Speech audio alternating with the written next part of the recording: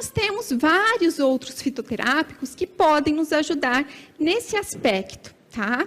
A isoflavonas da soja, como eu mostrei para vocês, o red clover, que é o trevo vermelho, que também evidencia aí melhorando, dando suporte para esses calores noturnos, a semente de linhaça, a simicifuga, também tem bastante evidência, tanto nos fogachos, quanto no suporte cognitivo das mulheres na menopausa. Angélica sinensis, a erva de São João, que é o Hipericum perfuratum, principalmente nos sintomas depressivos das mulheres na menopausa, tá? Então, acaba ajudando também na função sexual, porque muito da disfunção sexual nessa idade está correlacionada com outras circunstâncias, tá?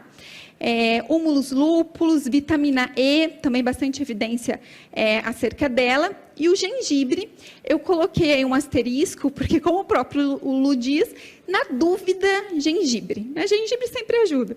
De forma indireta, nós temos aí um efeito antioxidante, anti-inflamatório do gengibre, mas ainda existem alguns componentes dentro do gengibre que têm uma composição fitoestrogênica. Mas também existem outros antiestrogênicos. Então, essa ação ainda está sendo mais esclarecida, mas certamente vai ajudar aí na atuação da inflamação crônica subclínica. E aqui eu coloquei para vocês, por exemplo, uma formulinha que a gente pode pensar aí num sintoma de fogacho noturno, por exemplo, tá? Um fitoterápico. Vejam, a gente nunca vai... Eu gosto sempre de usar doses mais baixas dos ativos, fazer uma associação entre elas de acordo com a necessidade da minha paciente. Então, eu penso, posso usar uma simicifuga por conta do que está com calor mais noturno, lembrando que os fogachos, eles podem estar presentes durante o dia também, tá? Mas posso usar uma isoflavona, colocar uma erva de São João, se os sintomas são mais depressivos, especialmente no período da noite. E posso associar, inclusive, algum fitoterápico que ajude aí na modulação do sono, tá? Como a valeriana. Mas posso colocar um chá de camomila, posso colocar um própolis. Toda essa variação de estratégias a gente vai colocar de acordo com a necessidade e a sensibilidade com esse paciente. Tá? Aí, na própria alimentação, nós temos alguns nutrientes que podem ajudar demais nessa regulação de estimulação de óxido nítrico, né, que vai ajudar nos fogachos, sejam eles diurnos ou noturnos, como o próprio cacau, que é um que eu adoro, a quercetina, o resveratrol, a curcumina, vitamina C, e o próprio beetroot, né, a beterraba em pó. Então, vejam só, quando eu estruturo uma queixa, eu posso pensar em um shot matinal, com uma acerola e um açaí liofilizado, uma acerola liofilizada, a gente já tem isso disponível no mercado, então um aporte aí maior de vitamina C, de resveratrol no açaí, tá? Posso colocar uma curcumina associada, pensando em uma função mais anti-inflamatória. No shot do meio da tarde, posso pensar num cacau, que especialmente pensar, o calor é mais noturno, um cacau no meio da tarde, aí com um cogumelo reishi, com uma canela, com uma função aí na resistência insulínica, se for o caso da minha paciente, ou até num pré-treino, que teria até uma função aí mais de biogênese mitocondrial, com o gengibre, uma beterraba em pó, por exemplo. Então, veja, essa estrutura vai depender da minha paciente, de eu conversar com ela, de entender o que ela precisa. E aqui nós temos um estudo bem legal também, que comparou a curcumina, eles quiseram avaliar o efeito da curcumina e da vitamina E nessas ondas de calor, tá? Nessas ondas de calor e também em sintomas de ansiedade. E foi um estudo bem legal, usou 500 gramas de curcumina, ou seja, uma dose importante. Então, daí a importância da procedência dessa curcumina, qual ativo que a gente vai utilizar. E o mais legal foi que a curcumina, os dois foram eficazes, principalmente aí na redução dessas ondas de calor, mas a curcumina ela foi levemente superior e foi mais rápida. Em 4 semanas, já teve uma melhora significativa nesses calores, e a vitamina E, ela demorou um pouquinho mais, demorou 8 semanas. Então, veja, a gente pode aí fazer uma associação, variar a dose de acordo com cada situação. Então, é um ativo, ainda é um pré-print, mas achei bem legal esse potencial da curcumina nessa situação também. Então, a gente tem aplicabilidade aí da curcumina, pensando em função cognitiva, pensando em calores, em ondas de calor nessa paciente. Então, vejam, um único ativo, ele pode ter diversas aplicabilidades dentro da mesma paciente, tá?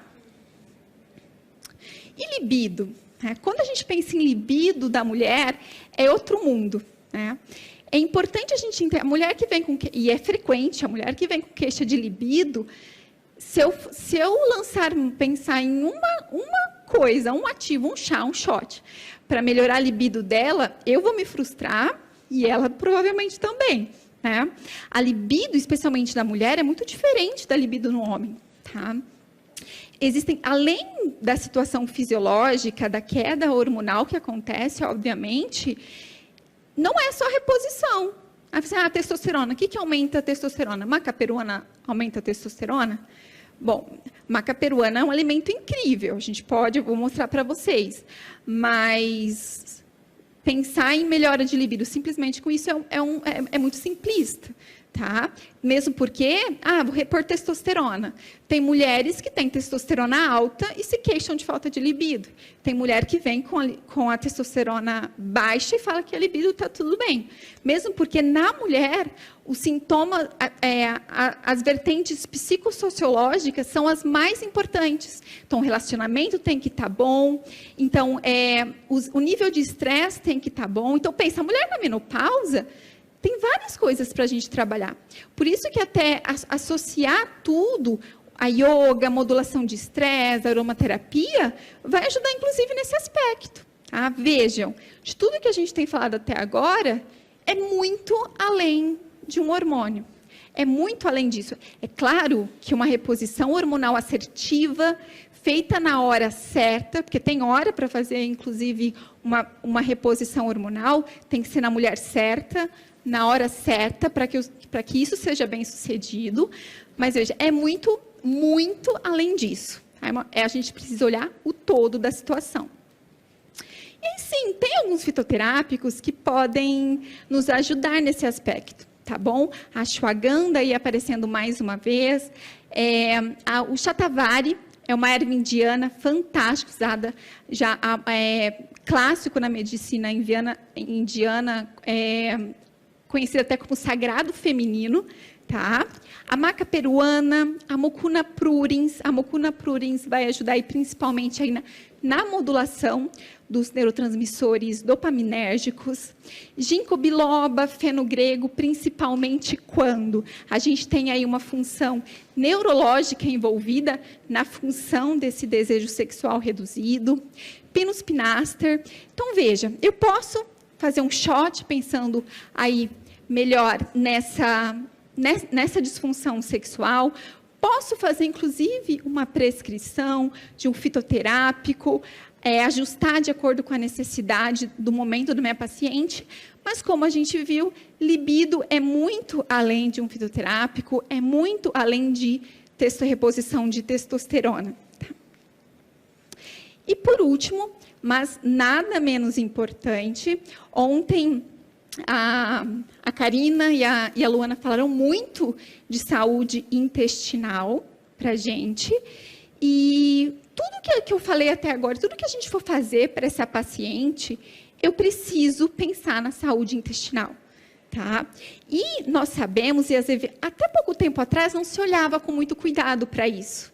Tá? Intestino e menopausa. As evidências têm mostrado que a menopausa, por si só, ela já altera esse equilíbrio intestinal, esse microbioma intestinal, tá certo?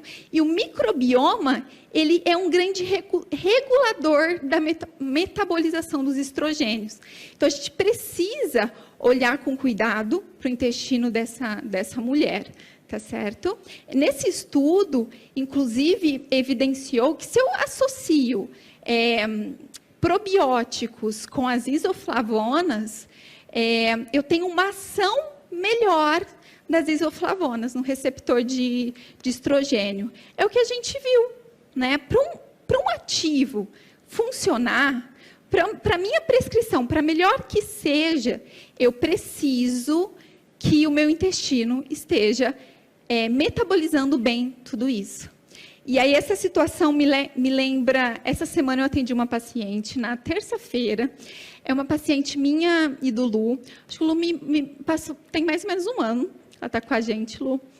E quando ela chegou para mim, o Lu encaminhou ela principalmente por conta de disfunção tireoidiana. Realmente o TSH estava muito alterado, já vinha utilizando medicação tireoidiana, mas assim, não estava tendo resposta.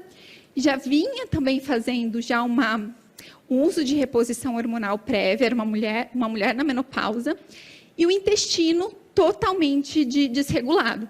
Ela falou assim, o intestino eu já nem ligo mais, porque eu sou assim, minha mãe é assim, minha avó é assim, todo mundo todas as mulheres da família tinham queixas intestinais importantes, tá?